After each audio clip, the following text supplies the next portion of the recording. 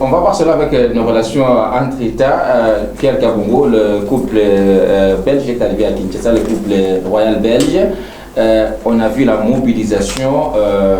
Certains disent même qu'il y a eu plusieurs millions de dollars qui ont été décaissés pour se faire. Plus de 60 ans après l'indépendance, jusqu'à quand la RDC doit continuer à être un bébé pour mener ses parents? Merci beaucoup. Avant de répondre à votre pertinente question, j'aimerais un peu recadrer ce que mon co-débatteur a dit. Je crois que le fait que l'ambassadeur rwandais soit expulsé en RDC ne doit pas exclure les négociations. Bien sûr, je vous donne le cas de l'Afghanistan. Lorsque l'Afghanistan a connu des crises, on a demandé à l'ambassadeur américain des États-Unis de quitter. Mais les négociations ont continué. Les négociations viendront après. Rappelez-vous, en relations internationales, la guerre est une solution à un conflit. Après plusieurs négociations faites, Tshisekedi a fait plusieurs négociations avec le Rwanda. Sans succès. Les accords, jusqu'à maintenant. Il a même appelé son frère. Son frère, jusqu'à maintenant. On ne connaît pas les accords que Tshisekedi a signés avec les Rwandais. On ne sait pas si ces accords mettent en danger le bien vivre des Congolais. On ne sait pas jusqu'à maintenant parce que ça n'a jamais été publié dans le journal officiel. Cela ne veut pas dire que lorsque nous allons arrêter les relations diplomatiques, nous allons les arrêter pour un temps. C'est pour arrêter l'hémorragie. Mais après, les négociations vont continuer. Comment nous pouvons nous taire? Comment nous pouvons taire toutes nos couleurs politiques pendant ces moments de crise? Or, nous connaissons bien que le chef de l'État, pendant ces moments de crise, Mbosso, pendant ces moments de crise, nous ont au moins dit qu'il y a des Congolais qui sont dans des groupes armés. Cela veut dire qu'au-delà de nos couleurs politiques, au-delà de la guerre, au-delà du drapeau congolais, nous avons tout intérêt de dénoncer le mal afin de servir les autorités qui nous dirigent, qu'ils entendent notre petite voix afin de mettre cela en pratique. J'aimerais aussi, pour finir, vous dire que moi je ne suis pas de l'opposition, on m'a présenté ici comme analyste. Je suis en train d'analyser le fait politique, je n'ai aucune obédience politique, mais j'ai quelqu'un que je trouve estime bon, que je ne peux pas dévaler ici sur ce plateau. L'arrivée du couple royal belge, je ne suis pas sur la somme. C'est tout à fait normal parce que c'est la RDC, le président de la République, lors de son premier voyage en Belgique, il avait sollicité une invitation auprès du couple royal et ils sont venus. Et normalement, parce que nous les avons accueillis, il a fallu que l'État congolais puisse dépenser aussi une somme importante pour son accueil. Mais ce que moi je n'ai pas aimé, c'est là où je trouve que nous sommes un tout petit peu complexés devant ces petits États.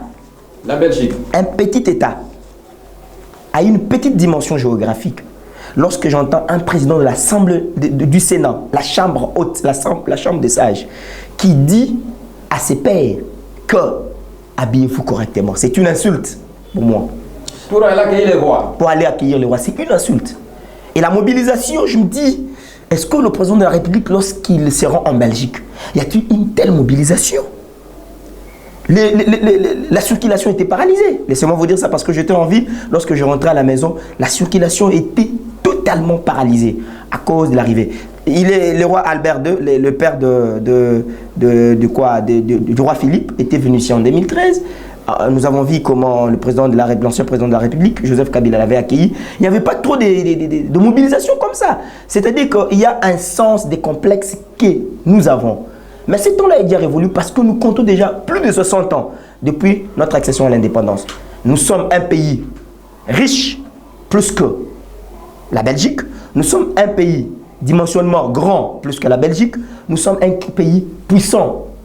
Mais je me dis, nous, en ces siècles, en ce 21e siècle, c'est aberrant d'être complexé devant ces petits États. Alors, M. Kabongo, ce qui inquiète ici, parce que selon certaines sources, d'ailleurs certains députés de l'opposition l'ont dit clairement, que notre armée, si elle ne fait pas face à certaines difficultés, certaines guerres qui l'opposent à nos pays voisins, notamment parce que nous n'avons pas l'armement qu'il faut, nous n'avons pas la logistique qu'il faut, mais lorsqu'on va décaisser plusieurs millions de dollars pour accueillir un couple royal, alors que les FARDC au fond manquent de quoi, est-ce que nos autorités se mettent à la place? Non, et c'est paradoxal, parce qu'il y a des députés qui sont dans des groupes armés. Ils doivent d'abord quitter. Ce n'est pas ça la solution. Le fait d'accueillir le roi, ce n'est pas un problème.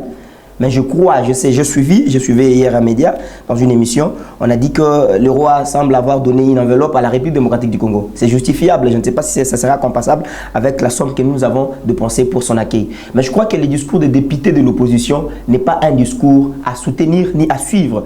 Parce que eux, ils doivent d'abord commencer à identifier les personnes qui sont dans des groupes armés, les identifier, les mettre hors d'état de nuire, et en ces moments-là, nous pouvons comprendre leur discours. D'autant plus qu'ils sont encore complices dans la guerre de l'Est. Nous n'avons pas intérêt à suivre un tel discours. C'est un discours qui doit rester derrière nous et nous devons avancer parce que nous sommes bités devant un sérieux problème qui menace l'intégrité territoriale. Hérité, membre de Congo Positif, le couple royal arrive à Kinshasa, relations entre les États, on dépense plusieurs millions, mobilisation. On a même vu un gouverneur vraiment crier à l'honneur de son président, ce qui a même fait étonner le couple belge.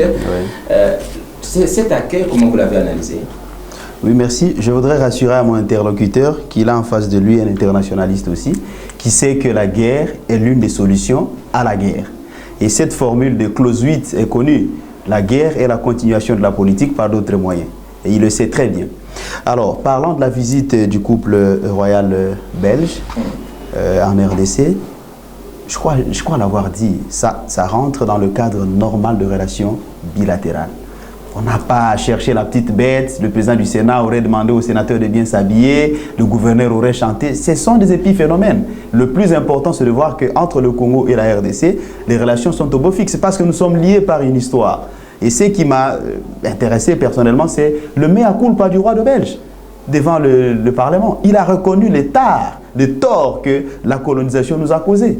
Il a fait le mea culpa. Il ne s'est jamais excusé, mais il a regretté. Et chez nous, on dit une faute avouée est à moitié pardonnée. Alors maintenant, entre le Congo et la Belgique, il y a cette coopération bilatérale. Il y a plusieurs domaines de coopération qui doivent être réchauffés.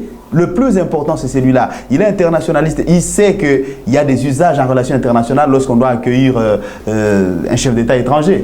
Il faut dérouler le tapis rouge et tout un cérémonial. Donc, on ne va pas revenir sur ça parce que, bon, on a dépensé autant de millions. Mais moi, j'ai suivi récemment le porte-parole de FARDC, le général Léon Richard Kassonga, reconnaître à voix audible que les FARDC reçoivent suffisamment de moyens pour faire face à l'ennemi. Il a dit. Alors, ce qui révolte la population... Il a dit. Alors, quelle est cette autre source plus crédible que celle-là?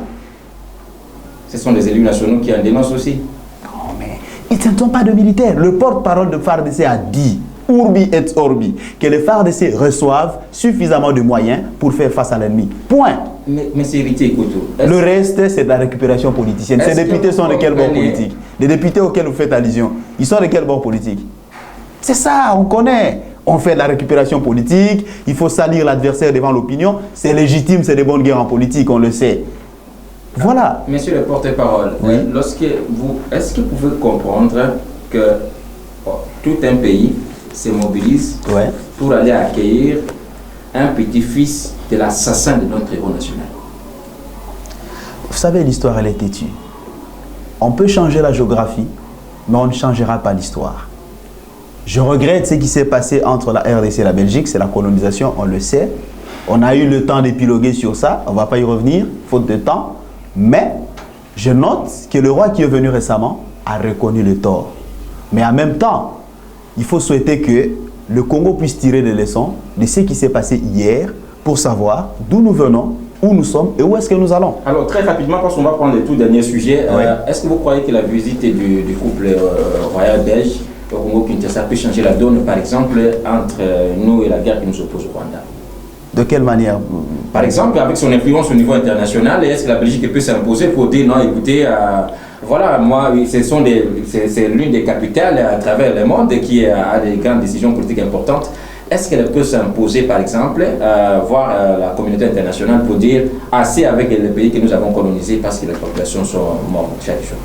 Oui, notre malheur peut-être c'est d'avoir été colonisé par cette Belgique qui est à mon avis un État minuscule. Bon, c'est vrai que la Belgique abrite plusieurs sièges des institutions internationales. Est-ce qu'elle peut se servir de ces tribunes pour faire passer notre cause? Oui, mais en même temps je me dis la solution à notre avis la plus idoine, c'est de bâtir des forces armées dissuasives qui répondent à tout moment à l'ennemi. C'est ça la solution, parce que nous devons d'abord compter sur notre propre force. Mais je reconnais que la communauté internationale a une responsabilité historique dans ce qui se passe à l'est du pays. Parce que rappelez-vous, ce sont les Nations Unies qui ont fait pression à Mobutu à l'époque, en 1994, pour accueillir des réfugiés armés jusqu'aux dents. Et cette histoire nous colle à la peau jusqu'aujourd'hui. C'est même ça le prétexte utilisé par Kagame pour nous faire la guerre. Donc la communauté internationale doit aussi s'impliquer parce que c'est de sa responsabilité. En même temps que nous devons être forts, nous devons nous défendre parce que nous sommes le premier concerné par notre propre sécurité. Alors vous suivez l'émission Congo Dialectique, une émission de débat que nous essayons un peu d'analyser l'actualité politique, économique, sociale, sportive avec ceux qui se sentent lésés peut-être par le fonctionnement de nos institutions.